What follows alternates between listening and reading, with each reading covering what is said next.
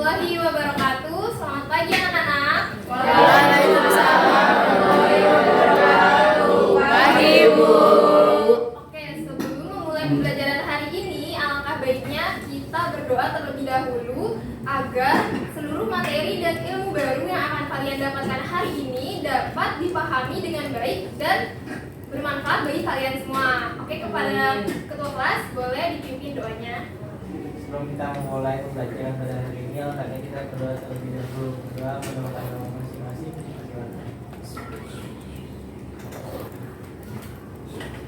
Berdoa selesai. Oke, apakah hari ini hadir semua? Fokus. Hadir semua, Bu. Alhamdulillah. Gimana nih semuanya pada semangat untuk belajar? Semangat. Udah pada sarapan semuanya? Sudah, Bu. Daripada ngantuk ya? Siap, Bu. Siap, Bu. Oke, sebelum kita mulai, Ibu ingin tanya, pertemuan sebelumnya itu belajar materi apa? Ada yang bisa jawab? Saya, Bu. Oke, Karolin. Pertemuan sebelumnya kita bicara tentang globalisasi dan era digital. Oke, baik, terima kasih. Nah, untuk hari ini kalian akan memulai bab baru di semester genap ini, yaitu ada yang tahu gak kita mau belajar apa? Saya, Bu, Ya, Mak. kita mau belajar pemberdayaan dan potensi kearifan lokal, Bu. Ya, betul sekali. Anak-anak, hari ini kita akan mempelajari subbab pertama dari bab 4, yaitu pemberdayaan dan potensi kearifan lokal.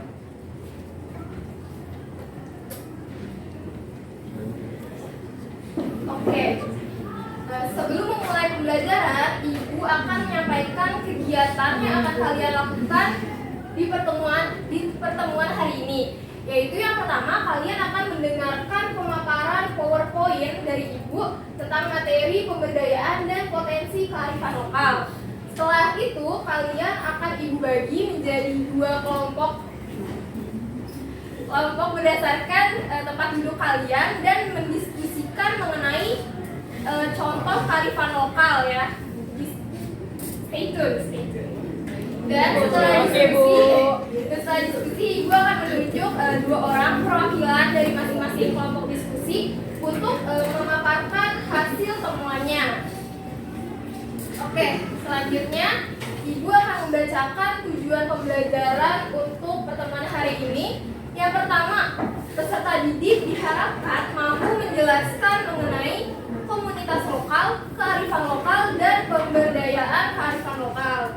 Dan yang kedua, peserta didik diharapkan mampu menyebutkan contoh kearifan lokal yang ada di lingkungan sekitar. Apakah bisa dipahami anak-anak? Bisa, Bu.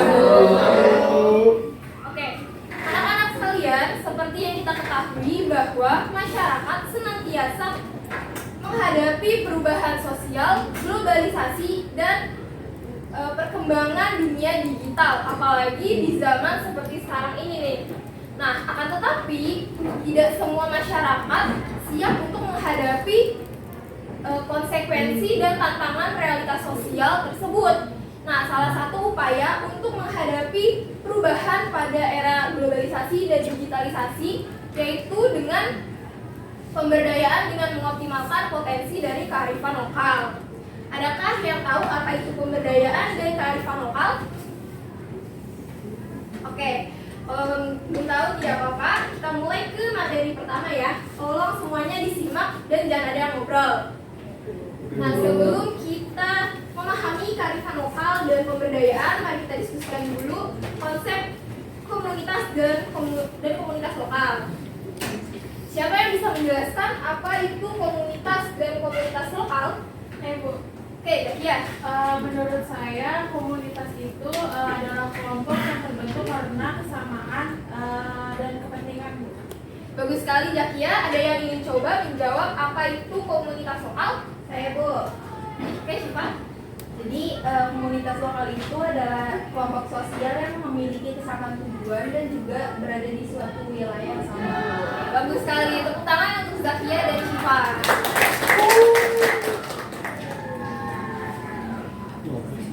Anak-anak sekalian, komunitas merupakan suatu kelompok yang terbentuk dari kesamaan kepentingan bersama. Nah, setiap anggota dari komunitas ini memiliki sense of belonging atau rasa memiliki satu sama lain dan komitmen untuk mencapai tujuan bersama. Di era digital ini kita bisa menemukan contoh dari komunitas dengan mudah. Misalnya komunitas pecinta lingkungan, pecinta kucing, pecinta buku, budaya, hobi, dan fans club yang terbentuk melalui dunia digital atau dunia maya. Nah, sedangkan komunitas lokal merupakan kelompok sosial di wilayah atau lingkungan setempat yang memiliki kesamaan tujuan, nilai, dan norma. Misalnya kelompok perajin, kelompok tani, kelompok seni, dan karang taruna yang bisa kalian temukan di lingkungan sekitar kalian. Sampai sini ada yang ingin ditanyakan? Oke, kita lanjut ya. Selanjutnya ada kearifan lokal. Coba Syifa baca pengertian. Oke, kearifan lokal ini merupakan tata nilai atau perilaku hidup masyarakat lokal secara arif dalam berinteraksi dengan lingkungan tempat hidupnya. Nah, kearifan lokal ini tidak hanya berhenti pada etika saja, tapi sampai pada norma, tindakan, dan tingkah laku masyarakat. Nah, oleh karena itu, kearifan lokal dapat dijadikan sebagai pedoman bagi masyarakat untuk bersikap dan bertindak dalam konteks kehidupan sehari-hari. Nah, berikutnya ada fungsi kearifan lokal. Di antaranya yang pertama ada perekat sebagai perekat atau pemersatu hubungan sosial masyarakat. Yang kedua, sebagai kepercayaan atau pegangan hidup. Yang ketiga, sebagai kontrol sosial yang mengatur perilaku dari masyarakat. Dan yang terakhir, sebagai sarana pelestarian lingkungan dan budaya. Coba, siapa yang bisa menyebutkan contoh kearifan lokal yang ada di lingkungan sekitar? Saya, Bu. Oke, coba. Mungkin lebih kayak kerajinan batik atau mungkin gerabah itu. Oke, bagus. Ada lagi yang mau nyoba? Kayak Bu, mungkin kayak pengelolaan irigasi kayak di Subak yang ada di Bali itu. Oke, betul banget. Ada lagi yang mau nambahin? Saya, Bu, Oke, Alma? kayak pengolahan atau daur ulang sampah, Bu. Oke, betul sekali. Beri tepuk tangan untuk ketiga teman kalian. Oke, benar banget ya yang tadi tiga teman kalian sebutin mengenai contoh kearifan lokal.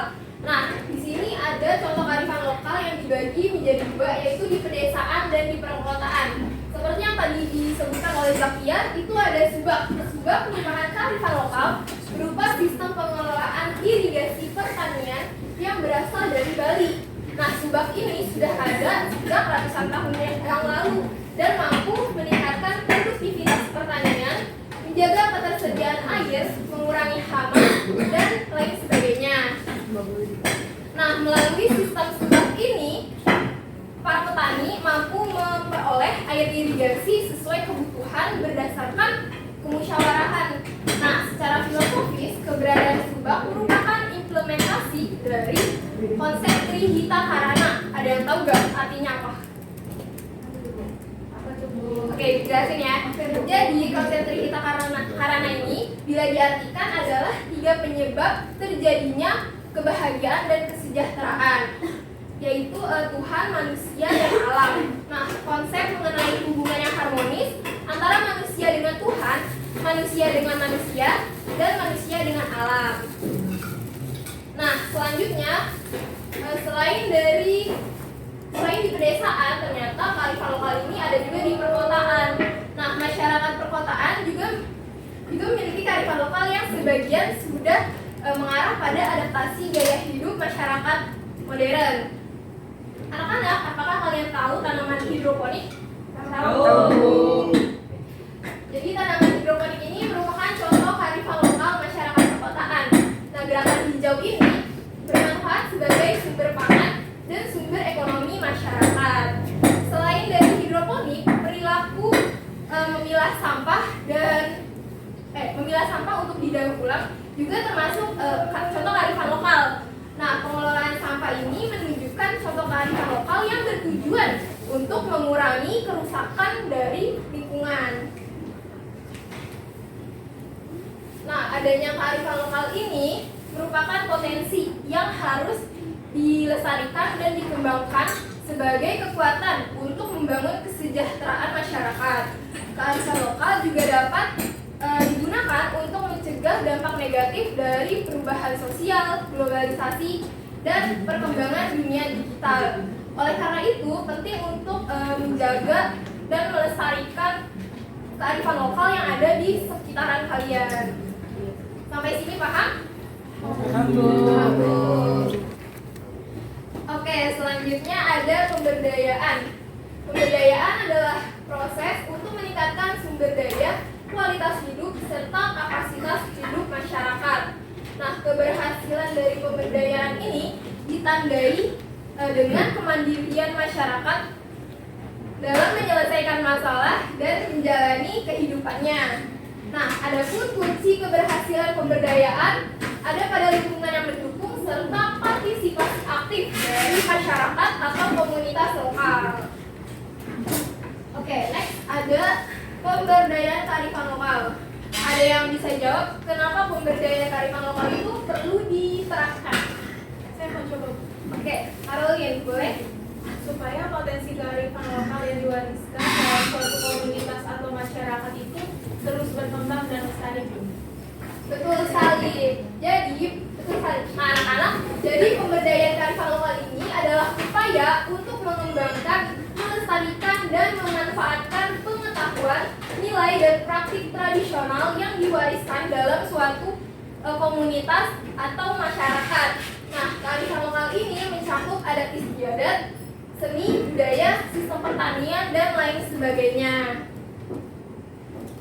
Nah, kearifan lokal ini seringkali memiliki potensi yang sangat besar. Misalnya kerajinan tradisional, kerajinan tangan, terus ada seni tradisional dan kuliner khas daerah yang dapat dikembangkan menjadi produk wisata yang banyak diminati.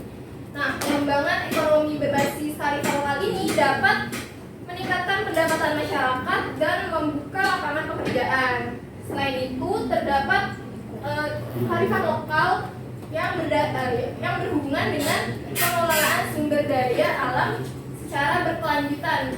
Misalnya kayak yang tadi Subak di Bali. Nah, itu masyarakat adat ini tentu memiliki pengetahuan tentang cara pengelolaan Subak serta proteksi dan konservasi alam yang ada di area Subak. Nah, pemberdayaan kearifan lokal ini dalam konteks ini dapat membantu melindungi lingkungan, menjaga ketahanan pangan, dan bisa dimanfaatkan untuk sarana edukasi dan tempat wisata.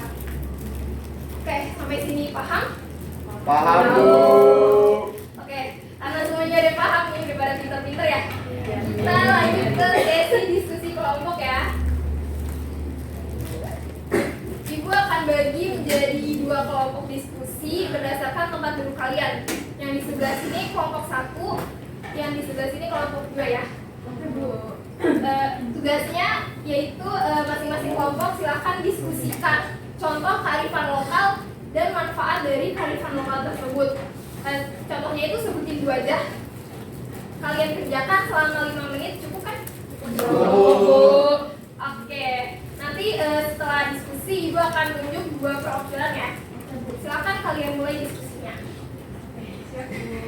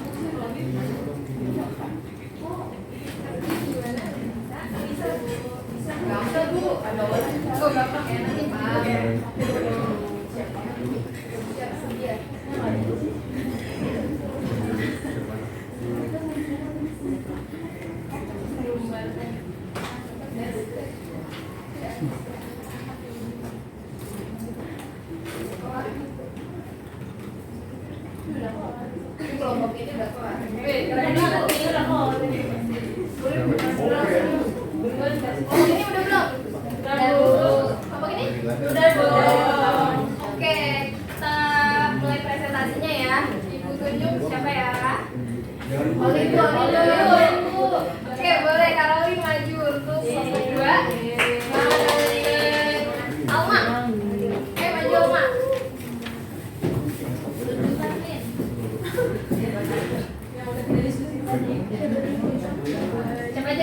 tugas.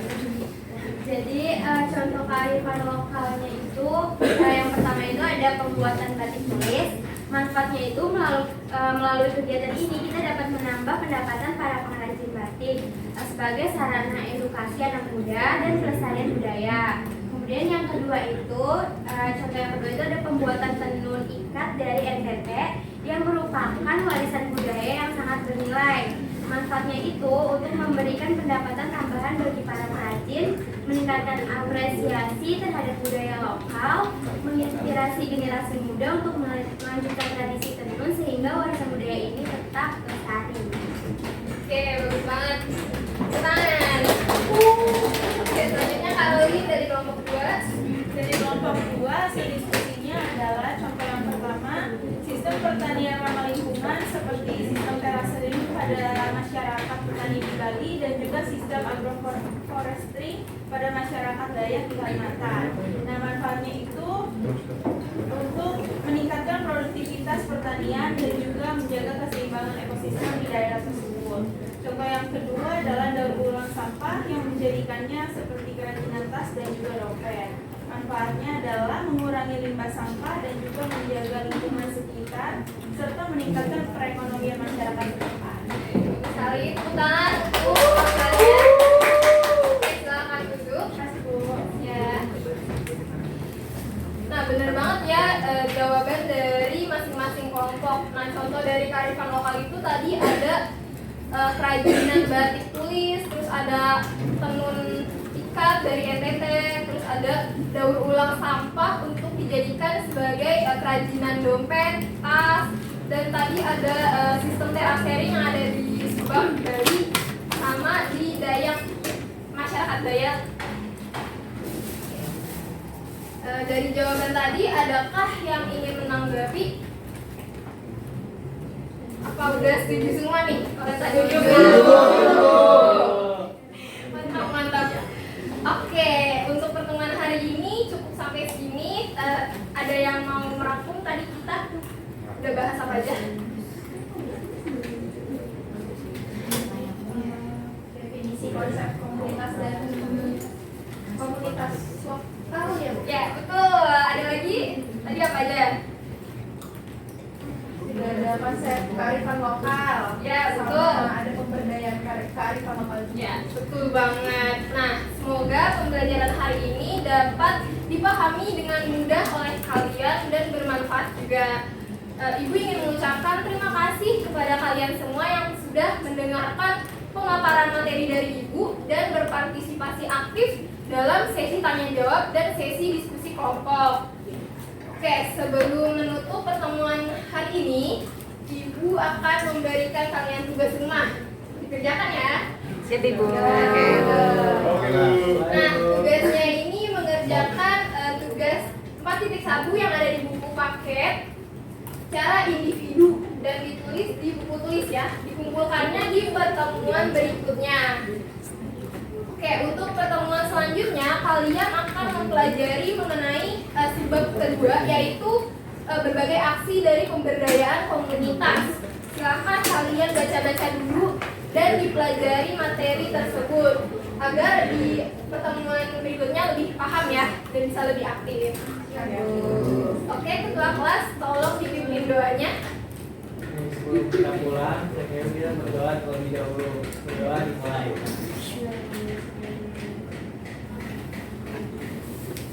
Berdoa selesai. Oke, terima kasih banyak anak-anak. Tetap semangat untuk belajar dan menambah ilmu baru. Ibu pamit. Assalamualaikum warahmatullahi wabarakatuh. Waalaikumsalam warahmatullahi wabarakatuh.